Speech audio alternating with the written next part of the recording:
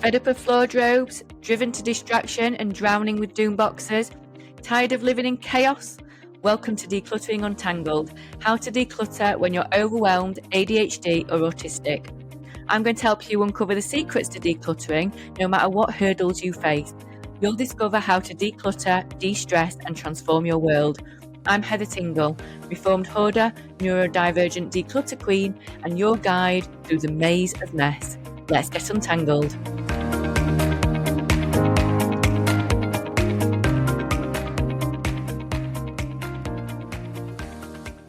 Hello Untanglers and welcome back to another episode of Decluttering Untangled with me, your host Heather Tingle. So today's episode is a short one, but I think it's a really important one. We're talking about Wishcycling. Now, I'd never heard about Wishcycling until this last week when I saw it mentioned in a newspaper article about how charity shops were struggling as everyone was putting their good items for sale on Vinted and leaving the rubbish to the charity shops. So people were using the charity shops as a better option than landfill. And someone wrote in the article that people were wish-cycling. Now, I have to say, I did find this article a little bit judgy, but I also see the point of view from the charity shops too, because, that is a hard job if you work in one of those charity shops. So I totally understand where people are coming from. But I also see it from like the other side of it, where we are the kind of person that is really careful with our resources. So anyway, what I want to go into today is a bit more about Wishcycling and how we can find alternative solutions. So I guess first of all, we're thinking, all right, Heather, what the hell is Wishcycling? So Wishcycling is when something leaves your home via a charity donation bag or a charity shop drop-off, but deep down, it probably shouldn't. It's broken, it's maybe stained, it might have got a hole in it. It's the kind of thing you wouldn't pass to a judgy friend or list on Vinted, but you put it in the bag anyway. Now, the reason for this is not because you are lazy, and it's not because you're finding an easy way out. The reason why you are doing it, and I think this is the bit that the charity shop people didn't understand, is our point of view, which is it's because you hope someone will see the potential in it like you do. Someone else will rescue it like you intended to rescue it when you had it, but never got around to it and then figured that you could let it go. So you hope that someone will fix it up and love it like you do.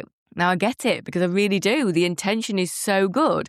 You want it to have a reprieve. You want it to have another life. You don't want to be the person who sends it to landfill. But what actually happens at the other side of that donation is the charities don't have the manpower, the space or the resources to sort through those damaged items. So holding on to things that won't immediately sell, they can't do. They don't have the money or time to repair things that need attention. Many of the clothes, for example, if it's got a little bit hole in it, will end up as rags. They won't be worn again, they won't be rehomed and they won't be sold. So as for rags or any other items, they get put into a skip or taken to landfill, which kind of defeats the whole purpose of you trying to rescue it and give it a second life.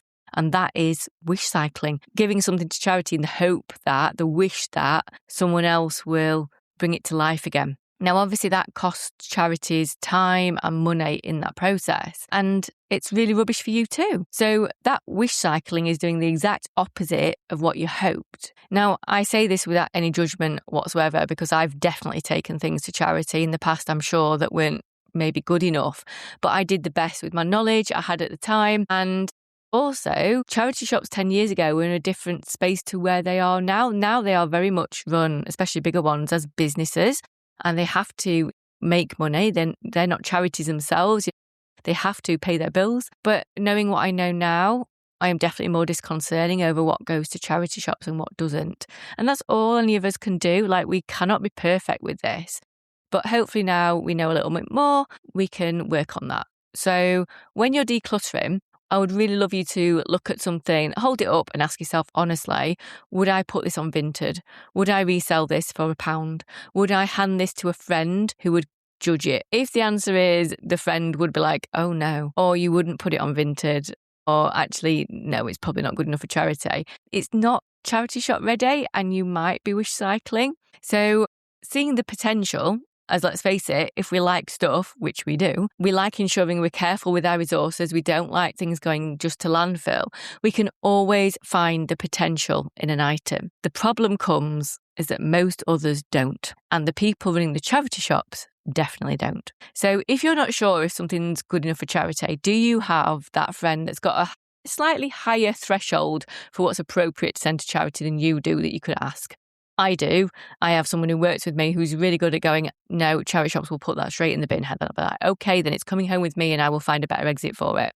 So if it's not good enough, that gives you two options. Now, before I share these two options, I want to be really clear on this, that there is not a third option. Keeping the item is not an option. I know it feels like a safe ground, that the item is not releasing its potential if it is sitting in your home, still not being used, still not having its potential brought out. It is just taking up space and energy. So we're going to move it on.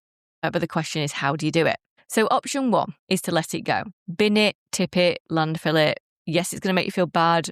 Yes, it's going to feel uncomfortable. And I know it feels like that's the wrong answer. But if the item is at the end of its life, letting it go cleanly is more honest, more helpful to charities, and a quicker win for you than passing the problem on. And if you are already struggling with clutter, if you are low on time or energy, if the act of decluttering is already taking everything you've got right now, option one is not a failure. Option one is absolutely the right thing to do. It is okay to let it go.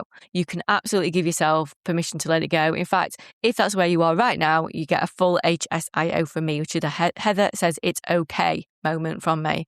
Because that decision takes courage to do, and it is hard, but it's probably the right thing for you to do. Option two is to find a better exit.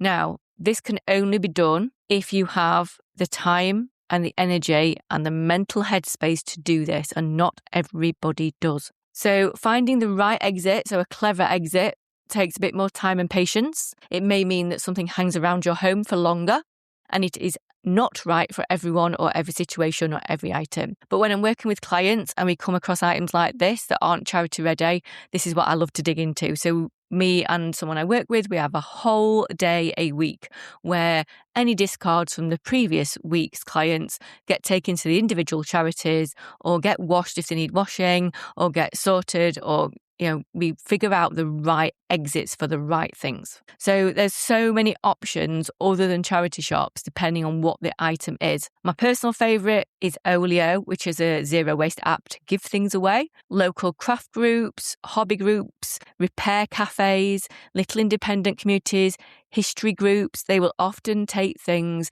that charity shops can't shift. Even things like special collectors, people who collect certain items. So I had a load of old postcards that charity shops refused to take. And also the client didn't want to just put them in the bin. No good for recycling. We tried companies to see if they would want to resell them, and we got absolutely nowhere. But a local history group, that as a gentleman that collected those old postcards, absolutely was dead happy to get them. So it can work really well if you find the right exit, but that does take time and effort and expertise, really, in all honesty. But knowing that something's gone to someone who genuinely wanted it, that feeling is worth its weight in gold. Like, that is worth the extra effort if you have the capacity for it. If you're stuck on this option two and you genuinely can't think of a good exit for something, come over to the Untangled by Tingle Facebook community and post in there. Tell us what you've got. Please don't try and give it to the group, because we're trying to let go of stuff, not like swap it between us. And I guess between all of us, we'll probably have a good idea of something that someone you can contact, or a specific type of group that you might be worth approaching. The community is really great for this. It's really brilliant for different minds knowing different things, because, I don't know everything, contrary to popular belief. So that's a really good way to do it.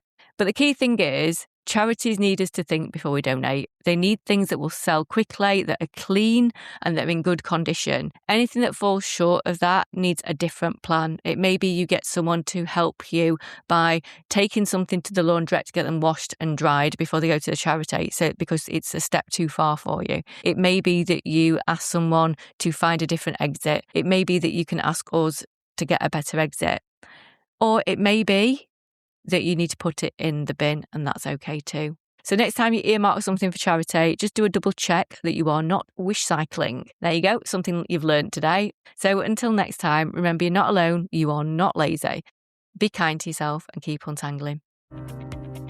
Thanks for joining me for today's episode of Decluttering Untangled.